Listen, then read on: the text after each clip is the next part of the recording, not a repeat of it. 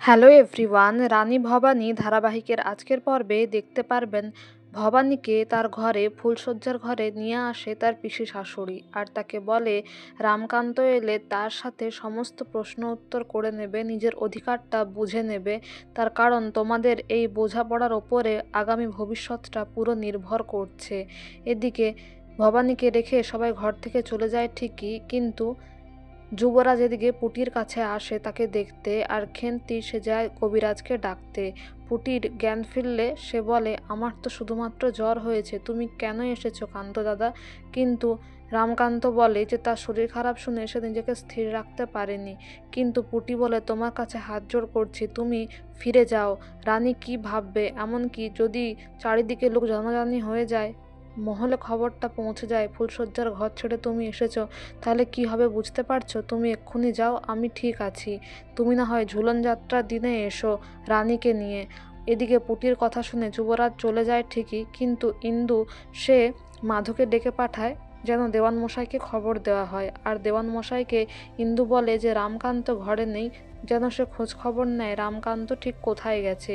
এদিকে দেবীপ্রসাদ তো কালনাগিনীর সাপ নিয়ে আসে রামকান্তকে মারবে বলে, বেহুলা লক্ষিন্দরের মতো রামকান্ত ভবানীর বাসরঘর করবে বলে। কিন্তু তারা বুঝতে পারে ওপরে কিছু একটা সমস্যার সৃষ্টি হয়েছে। এদিকে ইন্দু ঘরে এলে ভবানী বারবার যুবরাজের খবর জানতে চায়। ইন্দু বলে, যাকে মন এত চায় তাকে কেন যেতে দিয়েছ? আর তাছাড়া পুরুষ মানুষ, আমাদের এই নাটোরের ভাবি যুবরাজ, তাকে তুমি এইভাবে যেতে দিলে? পুরুষ মানুষের মন তুমি কি জানো না? আজকে যুবরাজ ফিরলেই তুমি তাকে জিজ্ঞাসা করবে যে সে কোথায় গিয়েছিল, তোমাকে এই অবস্থায় ফেলে কেন গিয়েছে। তোমার সমস্ত প্রশ্নের উত্তর তাকে দিতেই হবে, আর পারলে তাকে বেঁধে রাখবে। এই কথা বলে ইন্দু চলে তো যায়, কিন্তু ভবানী তার মা ভবানীর কাছে প্রার্থনা করে আর বলে যে তুমি যেভাবে হোক যুবরাজকে আমার কাছে ফিরিয়ে এনে দাও মা ভবানী। আজকে উনি ফিরলেই আমার সমস্ত প্রশ্নের উত্তর ওনাকে দিতেই হবে। সেদিন তো মান সম্মান নিয়ে উনি আমায় কত কথা বললেন, কত বকুনি দিলেন, আর এখন উনি আমাকে এই সমস্যার মুখে ফেলে মহল ছেড়ে ফুলশয্যার রাতে আমায় ছেড়ে চলে গেলেন। ওনাকে সমস্ত প্রশ্নের উত্তর দিতে হবে, না হলে আমি খুব বকবো ওনাকে।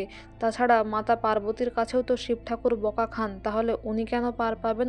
ওনাকেও আমি খুব করে বকে দেব। এদিকে আগামী পর্বে দেখা যায় রামকান্তকে খুঁজতে ভবানী বেরিয়ে পড়ে মহলের পেছন দরজা দিয়ে, কিন্তু রামকান্ত এসে ভবানীকে দেখতে পায় আর বলে, রাজরানীর কি মহলে থাকতে ইচ্ছে করে না? এই রাত্রেবেলা নির্জন জায়গায় নদীর তীরে রানী কি করছে? ভবানী বলে, মহলে থাকার মতো ব্যবস্থা কি আপনি রেখেছেন, অবস্থা কি আপনি রেখেছেন? তো বন্ধুরা, এই ছিল আজকের update. Thank you so much for watching the video. Thank you.